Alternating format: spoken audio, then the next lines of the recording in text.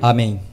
Atos capítulo 8 diz: naquele dia levantou-se grande perseguição contra a igreja em Jerusalém. Aleluia. E todos, exceto os apóstolos, foram dispersos pelas regiões da Judéia e Samaria. Alguns homens piedosos sepultaram Estevão e fizeram um grande pranto sobre ele. Saulo, porém, assolava a igreja, entrando pelas casas e arrastando homens e mulheres, encerrava-os no cárcere. Entre mentes, os que foram dispersos iam por toda parte pregando a palavra. Filipe, descendo à cidade de Samaria, anunciava-lhes a Cristo. As multidões atendiam unânimes às coisas que Filipe dizia, ouvindo-as e vendo os sinais que ele operava. Pois os espíritos imundos de muitos possessos saíam gritando em alta voz, e muitos paralíticos e coxos foram curados. Aleluia. E houve grande alegria naquela cidade. Aleluia! Aleluia! Poder sentar em nome de Jesus.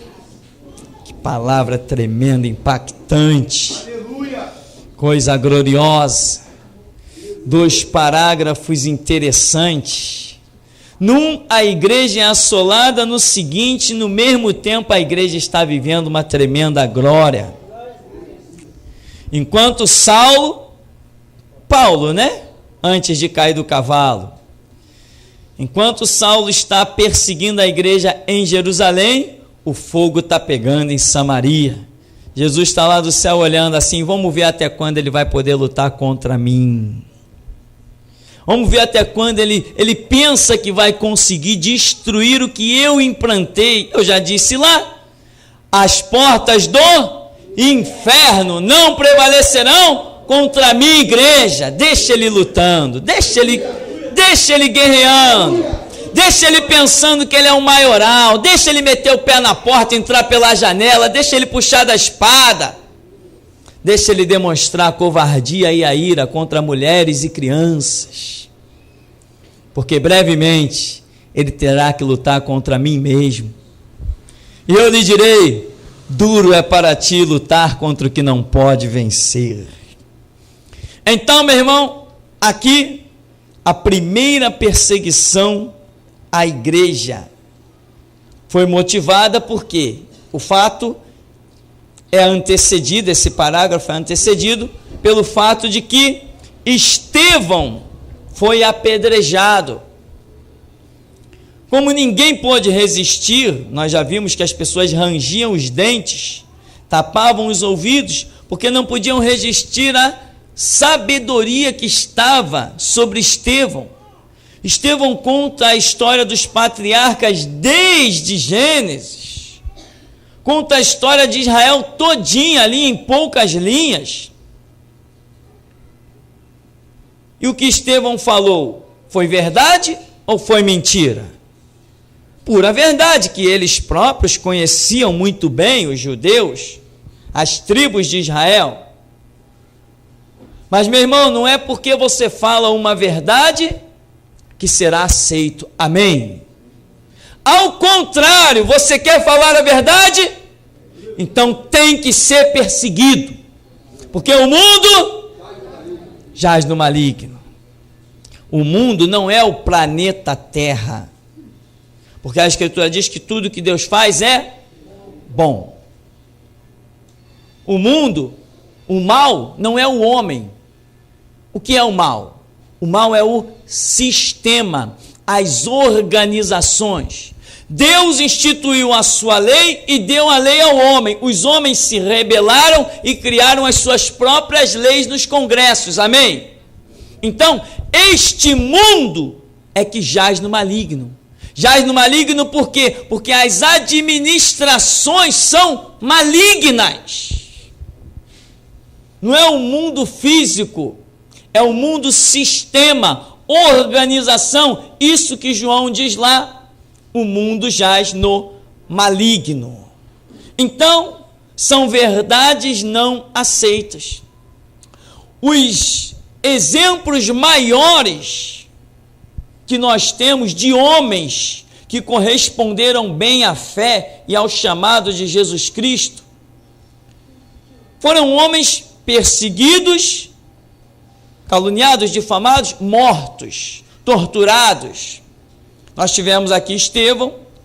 A Escritura nos fala de Tiago, que o rei Herodes mandou matar Tiago, quando viu que aquilo agradava uma determinada classe. Que classe ficou feliz quando Tiago foi morto à espada? Que classe ficou feliz? Os judeus. Os judeus ficaram felizes da vida porque Tiago havia sido morto. Aí Herodes, vendo que a morte de Tiago agradou aos judeus, então ele, que também queria o apoio dos judeus, mandou sair perseguindo tudo que era cristão que achava pelo caminho. O que tem de errado nisso? Nada de errado, porque Jesus falou o quê? Se perseguiram a mim, perseguirão a vós. Vós não sois deste mundo, como eu do mundo não sou. O meu reino não é deste mundo. Vós não sois deste mundo, eu com o meu sangue vos comprei, para que onde eu estiver, estejais vós também. É lá que nós vamos morar. Que maravilha se aparecesse um doido e me matasse, porque eu sei que já seria a hora de Deus. Fora disso, ninguém mete a mão em mim. Mas o meu anseio é partir deste mundo. Porventura um crente convertido ainda encontra prazer neste mundo? Um crente convertido ainda está praticando torneio de futebol? Torneio de botão? Ping-pong? Um crente convertido ainda está nas competições do mundo, querendo demonstrar ser o melhor? Um cristão realmente convertido, ele tem uma fome e sede de partir para a eternidade inigualável, porque o Espírito que está nele clama, Abba, Pai. Aleluia. Ele quer ir embora deste mundo, ele quer partir para a eternidade. Esta é a realidade, simples. Então, agradou aos judeus, aí foi uma perseguição só, não deveria ter agradado os judeus. Não eram eles que tinham a lei que dizia, não matarás? Perseguiram Pedro, extraditaram João, e assim foi. Eu quero que você veja, meu irmão, o exemplo que nós temos daqueles homens que nós olhamos e dizemos assim, homens cheios do Espírito Santo e da palavra. Estes homens não tinham sossego. Sempre questionados, perseguidos, tinham que se refugiar, tinham que escapar. Mas a Bíblia diz que quando eles escapavam de um lado para o outro, por onde eles passavam, deixavam os rastros de milagre, sinais, prodígios e maravilhas. Por onde eles passavam, cidades inteiras pegavam fogo com a glória do Evangelho. Porque o Evangelho é isso, é uma glória que incendeia mesmo. O Evangelho é maravilhoso. Nós temos Paulo, que aqui, você lê o texto, quando Estevão está sendo apedrejado, as vestes de Estevão foram colocadas nos pés de Saulo, o apóstolo Paulo, que estava perseguindo a igreja. Enquanto Paulo está no sistema do mundo, ele é um perseguidor, um perdido. Mas depois que ele sai do sistema do mundo, ele passa a ser perseguido e foi até morto pelo mesmo sistema que um dia ele pertenceu. Enquanto ele estava no sistema do mundo, ele estava, como a Bíblia diz, o mundo jaz no maligno, e ele estava ali, o mundo estava apoiando ele. Saulo, tu quer carta para perseguir lá na outra cidade? Toma carta. Quer uma escolta? Quer cavalo veloz? Toma. Quer dinheiro? Toma. Ele está no sistema e o mundo está dando tudo para ele combater a igreja do único Deus vivo. Quando ele sai do sistema do mundo e muda completamente o seu sistema de vida, aquele mundo o persegue. E até o final da sua vida diz que foi abatido quando um homem mandou decapitá-lo na prisão. Mas ele deixou escrito algo tremendo. Ele disse: combati o bom combate, completei a carreira e guardei a fé. E desde agora eu parto em busca da coroa da justiça, a qual o Senhor dará a todo aquele que o ama.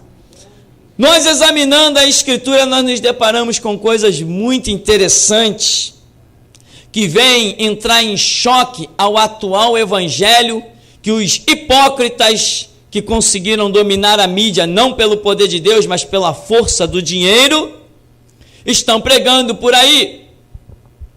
Nós vemos que os grandes homens de Deus foram problemas para o sistema do mundo. Quando a Bíblia diz que o mundo jaz no maligno, ora, será que as coisas já mudaram? Ou pioraram? Ao meu ver, as coisas pioraram e pioraram muito, irmão. Hoje, os sistemas do mundo são terríveis. Naquela época, não se conseguia reunir tanta riqueza para assolar, para colocar o seu ninho no alto. As ambições, por maiores que fossem, elas não conseguiam ser tão transcendentais como as condições hoje permitem. Então nós estamos vivendo num mundo que ele é infinitamente pior do que aquele do princípio. E ainda tem cristãos que estão querendo que as suas verdades sejam aceitas pelo mundo. Estão querendo que o seu sistema de vida se adapte ao sistema do mundo. Mas aqui, Tiago 4:4, ele fala alguma coisa a respeito dessa situação com o mundo. Ele está escrevendo para o povo de Deus, Tiago, no capítulo 4, no verso 4, e ele diz assim: infiéis, não compreendeis que a amizade do mundo é inimiga de Deus? Aquele, pois, que quiser ser amigo do mundo, constitui-se inimigo de Deus. Ele não está falando amigo do mundo, de um mundo físico. Ele está falando amigo de um sistema, cujas leis são inimigas do sistema legal de Deus. Assim, legal para nós é aquilo que Deus diz. Legal para nós não é o que o Estado dita. Não é o Estado que determina o que é legal. Não foi o Estado que criou o mundo, nem criou o homem. Legal é o que Deus diz que é legal. Não é o que os homens dizem que é legal. Senhor é Deus, soberano é Deus, legal é o que Deus disser. Tudo que foi feito, a Bíblia diz, sem Ele, nada do que foi feito se fez. Legal é o que Ele determina. Hoje, o mundo criou as suas leis hipócritas nos congressos nacionais, nas câmaras de vereadores e deputados, criaram suas leis em rebeldia contra Deus e determinaram o que é legal. Mas para nós que não pertencemos ao mundo, já temos a nossa lei, o nosso sistema, nós vamos continuar andando na legalidade de Deus. O que Deus diz que é pecado, que é ilegal, é pecado e é ilegal. O que o Estado diz não interessa para ninguém. Estamos nem aí para isso. O Estado está dizendo homossexualismo é legal. Mas o Estado que eu pertenço diz, é ilegal, convertei-vos dos vossos pecados. O Estado está dizendo, olha, o Estado está dizendo muitas coisas, mas não vamos entrar em detalhe, que não estamos aqui para perder tempo. Vamos nos ocupar daquilo que é importante, Bíblia, a palavra de Deus. Se eu conheço o que a Bíblia diz, não me interessa o que ninguém mais diga. Eu já tenho uma regra de fé e prática. E eu conversava com um pseudo-pastor hipócrita que ligou para mim, em que ele queria defender a politicagem, a vagabundagem dentro das igrejas. E eu dizia assim: pastor, você fez o seminário? Fiz. No seminário nós não aprendemos que a nossa regra de fé e de prática é a Bíblia? Sim, então acabou a história. O juramento do seminário diz: juro defender com a minha própria vida a regra de fé e prática que é a Escritura. Com a minha própria vida, com o meu próprio sangue. Não me interessa o que escrevem por aí. Me interessa o que já foi escrito e selado com o sangue do Cordeiro de Deus. Isto é o que me interessa.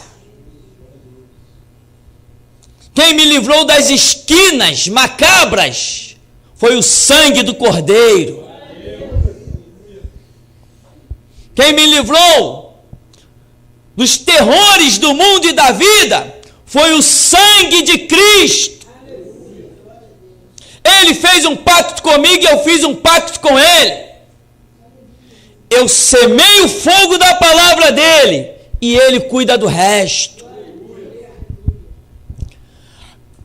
Nós temos verdades a serem ditas. Não quer dizer que elas serão aceitas por todos ou pela maioria, mas o que importa é que nós a aceitamos. E até aqui nos tem ajudado o Senhor. Nós precisamos, irmãos, que cada dia mais as escamas caiam dos nossos olhos. Deus nos empurrou por um caminho que eu nunca pensei, nunca imaginei, mas é um caminho tremendo.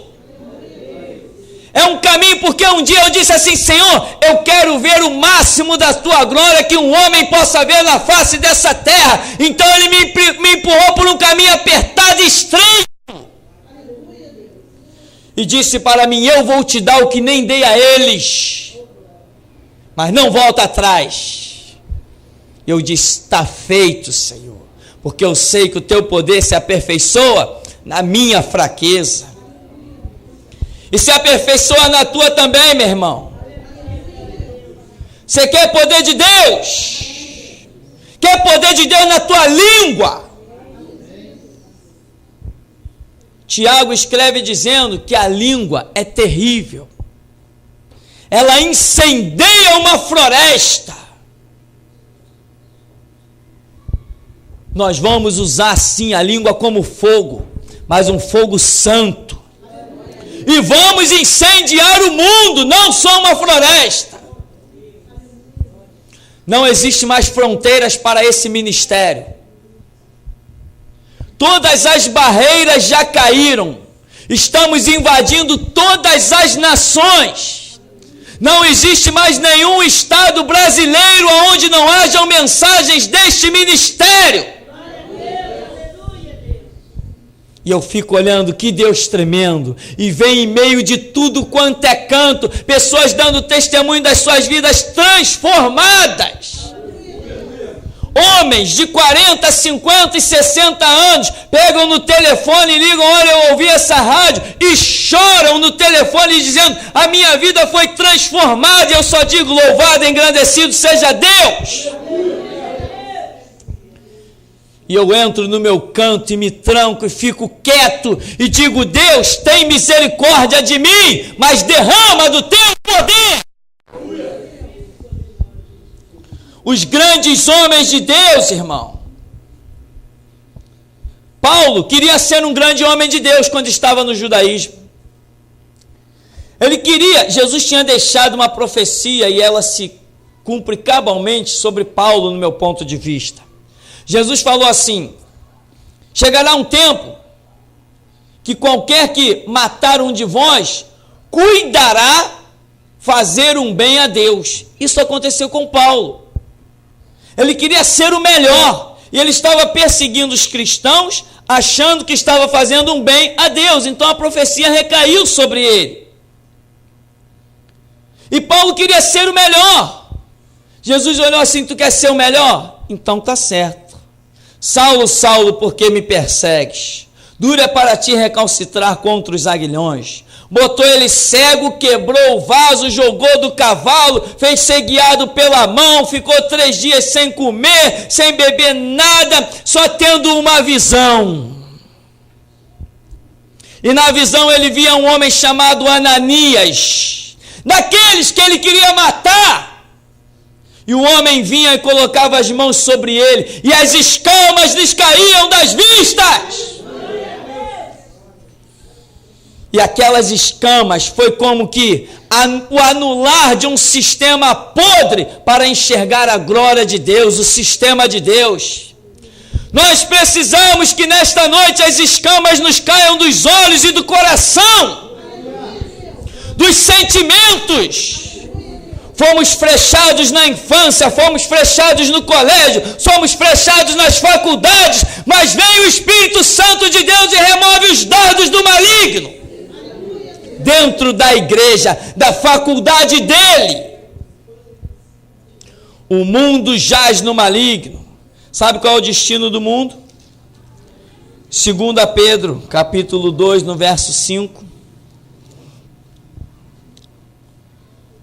Diz assim, 2 Pedro, capítulo 2, verso 4, para entendermos melhor, diz: ora, se Deus não poupou anjos quando pecaram, antes, precipitando-os no inferno, os entregou a abismos de trevas, reservando-os para juízo. E não poupou o mundo antigo, mas preservou a Noé, pregador da justiça, e mais 7 pessoas, quando fez vir o dilúvio sobre o mundo dos ímpios. Esse é o destino do mundo, já está prefigurado.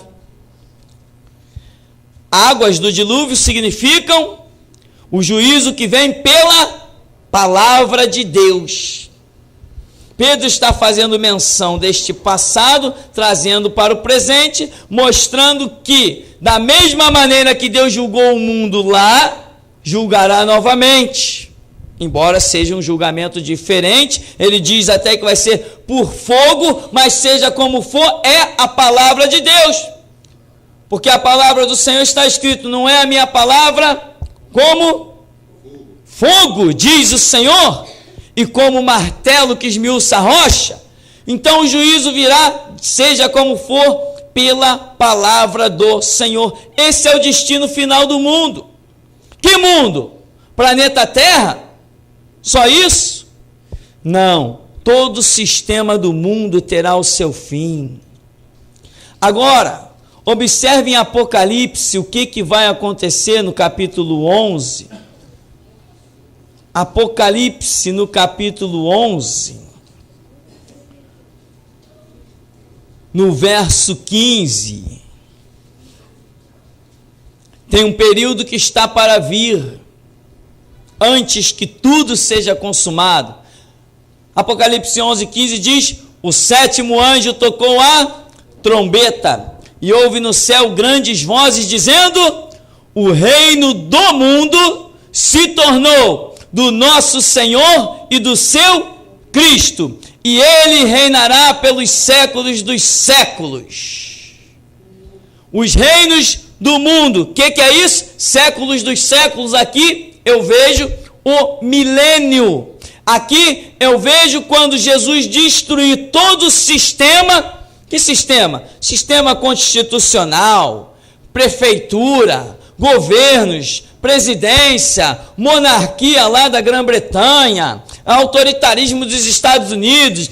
Vai ser tudo reduzido a pó, e ele estabelecerá o seu reino no milênio, e nós estaremos reinando com ele. Com Bíblia, sim. Constituição, não.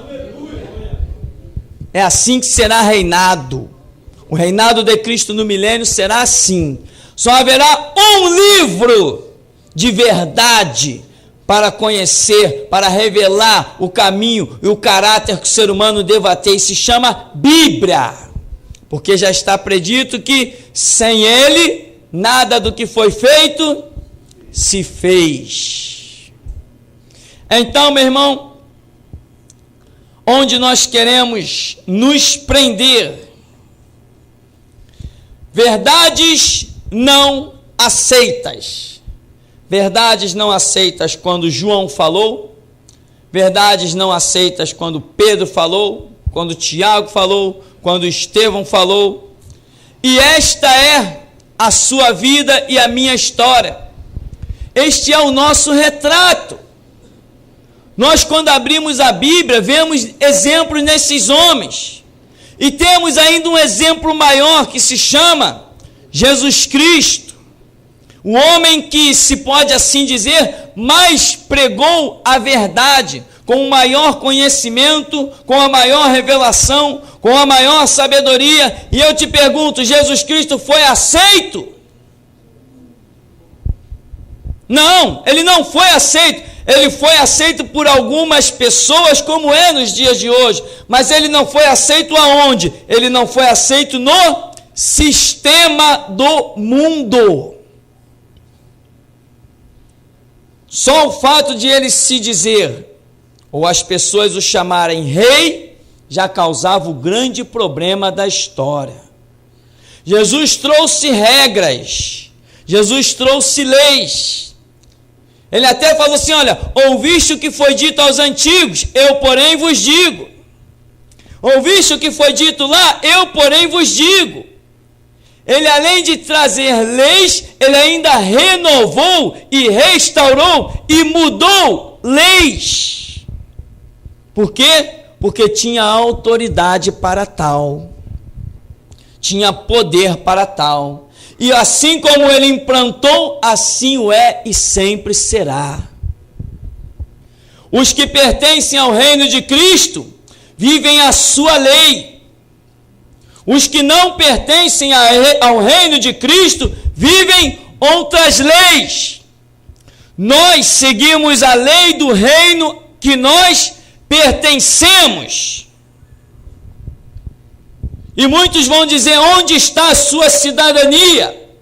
A minha cidadania está no céu. Mas você vive no mundo? Não, eu não vivo no mundo simplesmente. Eu sou peregrino e forasteiro no mundo. Eu não fui enviado ao mundo para viver no mundo. Eu fui enviado ao mundo apenas por uma missão. Quando eu terminar, eu retorno para o reino de Cristo. Eu não tenho nada com esse mundo. Eu não me deleito nesse mundo. Eu não vim para construir nada nesse mundo. Eu não vim para ter um lugar para reclinar a minha cabeça nesse mundo. A minha visão é reino de Deus. O que olhos não viram, nem ouvidos ouviram, nem nunca subiu ao coração do homem. É isso que Deus tem preparado para aqueles que o amam. O que nós queremos finalizar é quando Estevão conta a história mais fantástica de todos os tempos. Estevão não colocou na sua história nem um pingo de mentira, porque ele está falando de toda a história da nação de Israel, em que eles ali presentes conheciam muito bem. Mas mesmo assim eles decidiram apedrejar Estevão. Por quê? Porque a sabedoria dele era maior, o conhecimento dele era maior. A pergunta-chave para nós encerrarmos: quem apedrejou Estevão? Foram os romanos? Foram os gentios? Ou foi o próprio povo de Deus, os seus próprios irmãos, os que diziam que conheciam a lei e a verdade, conhecia Deus? Estevão pertencia a um sistema religioso caído e falido. Quando ele saiu desse sistema religioso caído e falido e veio para o sistema religioso glorioso que nós hoje conhecemos e nele vivemos, aqueles outros que insistiram em permanecer no sistema religioso caído, quiseram apedrejá-lo e matá-lo. E fizeram, porque era chegada a hora dele, pois ele disse: eu vejo os céus abertos e o Filho de Deus de pé à direita do Pai. Eu quero apenas enfatizar para concluirmos, meu irmão, que você precisa entender que quem vai te apedrejar não é nenhum gentio nem publicano. Quem vai te apedrejar é aqueles que estão no sistema religioso caído. A escama tem que cair dos seus olhos. Quando eu te digo, não confia em ninguém que não tenha a visão do ministério de restauração. Eles vão te trair. Eles não pertencem ao mesmo Cristo que você. Se eles servissem, aqueles judeus servissem o mesmo Deus de Estevão, não teriam apedrejado Estevão. Você precisa entender que as organizações, as denominações, isso está realmente fomentando demais por aí, isso está incitando demais por aí, mas muita escama está caindo dos olhos. Eu estou dizendo, eu não tenho mais irmão nas assembleias envolvidas com política, nem com os batistas que pregam ecumenismo, nem com os metodistas e presbiterianos que são maçons e sentam na mesa com Bento XVI. O nosso reino, o nosso Deus é outro. Eu quero que você entenda agora a tênue linha que existiu entre Estevão e os judeus. Os judeus apedrejaram Estevão. Estevão era judeu. Estevão cria no mesmo Deus do Antigo Testamento, não cria? Claro, é um só. Estevão estava a caminho do céu. E aqueles outros judeus que o apedrejaram, a caminho de quê? Do inferno. E é isso que eu quero te esclarecer, meu irmão, com a graça de Deus, que o Espírito Santo te mostre. Não teremos assembleianos envolvidos com política arrebatado. Não teremos presbiterianos envolvidos na maçonaria arrebatados. Eles não têm o Espírito Santo de Deus. Porque o Espírito Santo de Deus não divide templo com o diabo. O Espírito Santo de Deus não admite que seja servida duas leis, porque quando duas leis são servidas, a soberania de Deus está comprometida. Esta é a guerra que Deus nos mandou levantar com este ministério, para fazer diferença do que serve e do que não serve, do que presta e do que não presta, do que se profanou e corrompeu e do que continua santo.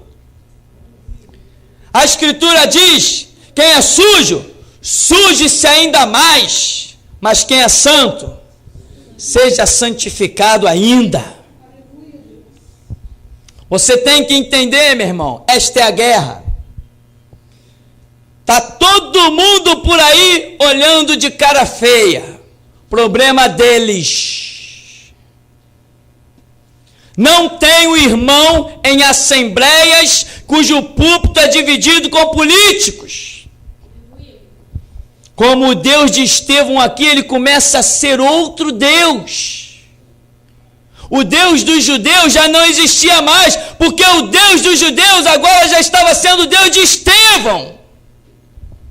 Não era mais dos judeus. Os judeus foram chamados à graça de Deus. Por isso que quando Jesus multiplicou os pães e os peixes, sobejaram 12 cestos. Era cada cesto para cada tribo de Israel.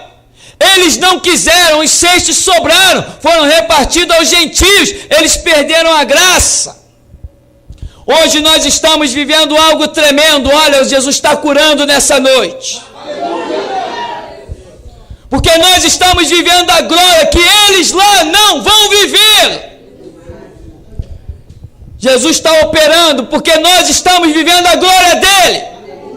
Não vivemos um Deus de outras organizações. Eles não são nossos irmãos. E um pateta ligou para cá, você mencionou o nome do Jabes de Alencar, você mencionou no CD o nome de Silas Malafaia. Ô meu amigo, eu não tenho parte com quem serve ao diabo. O meu Deus não tem pacto com Satanás, não divide púlpito com político. O meu Deus é santo. Diante dele todo joelho tem que se curvar. Numa igreja aí, os patetas colocaram lá um político atrás do púlpito, nas cadeiras que eles separam para homens de Deus no ministério, colocaram um político. Quando o degenerado político pegou a palavra no microfone consagrado, com dízimos e ofertas e oração do povo santo, o hipócrita chega, assume o púlpito e diz assim: acabei de chegar de uma reunião muito abençoada, onde nós exaltamos a rainha do céu, a Virgem Maria, a rainha da paz, dentro de uma igreja evangélica.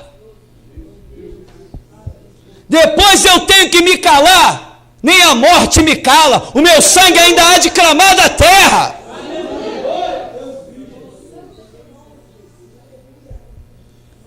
Não temos o mesmo Deus que igreja de político.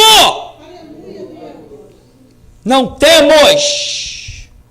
Não temos. E não precisamos de juiz, não precisamos de advogado. Pode nos perseguir, pode nos esquartejar, mas o nosso sangue ainda fará obra. Pois está escrito: o sangue de Abel clama a mim desde a terra. Então, meu irmão, este é o caminho. Este é o caminho. Vão passar por você e vão dizer: ô irmão, por que você não está falando comigo? Meu amigo, você é meu irmão por quê? Se a tua igreja está na política, o Cristo que eu sirvo não está na tua igreja. Não somos mais irmãos, não. O teu pastor prega numa mão com a Bíblia e na outra com Constituição. O Cristo que eu sirvo não tem isso. O Cristo que eu sirvo diz que lâmpada para os meus pés e luz para o meu caminho é a palavra dele. Nenhuma outra. Então, meu irmão, Estevão era judeu, mas foram os judeus que perseguiram ele. Jesus Cristo era judeu, mas foram os judeus que perseguiram ele. Jesus, judeu, rei, profeta e sacerdote, foi levado ao sinédrio.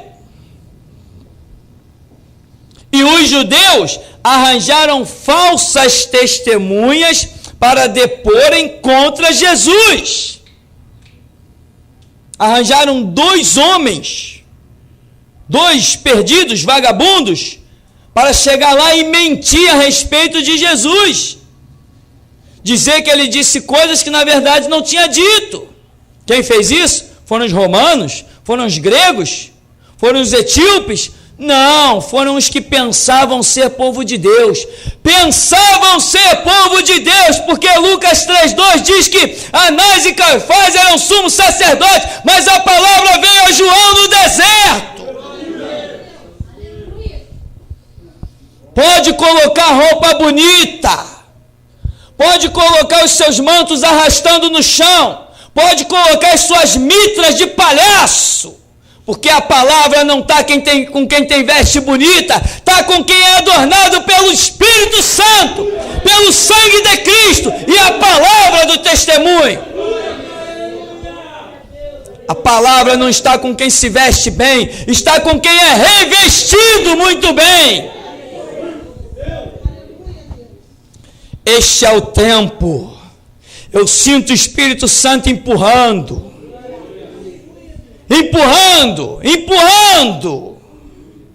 É a hora de nós mostrarmos a diferença, Deus vai mostrar do que serve e do que não serve, do que presta e do que não presta. A promessa está sobre a sua vida. 1000 vão cair ao seu lado, 10.000 à sua direita, mas tu não serás atingido. Então, meu irmão, para concluirmos, aqui em 1 João, capítulo 5, no verso 19,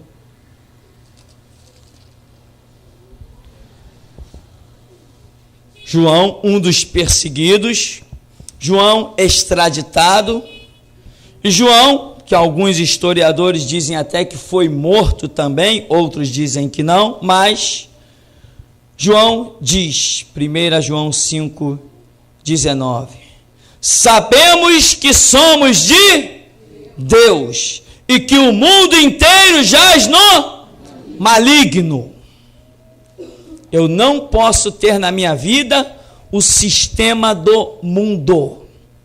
O que rege a minha vida, o que rege a igreja, são os princípios e o caráter de Deus.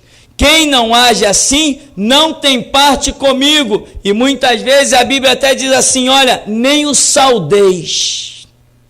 Não o receba nem na vossa casa. Vamos cumprir o mandamento. Aleluia. Vamos nos enquadrar na palavra, porque queremos ver a glória de Deus. Não temos parte com nada disso. Tem pessoas que pensam que se renovaram, pensam que mudaram de vida, mudaram de ministério. Meu irmão, tem que arrancar as raízes e tacar fogo nelas e deixar o Espírito Santo criar novas raízes. Então, sabemos que somos de Deus. Sabemos como? Sabemos porque o Espírito Santo testifica com o nosso espírito.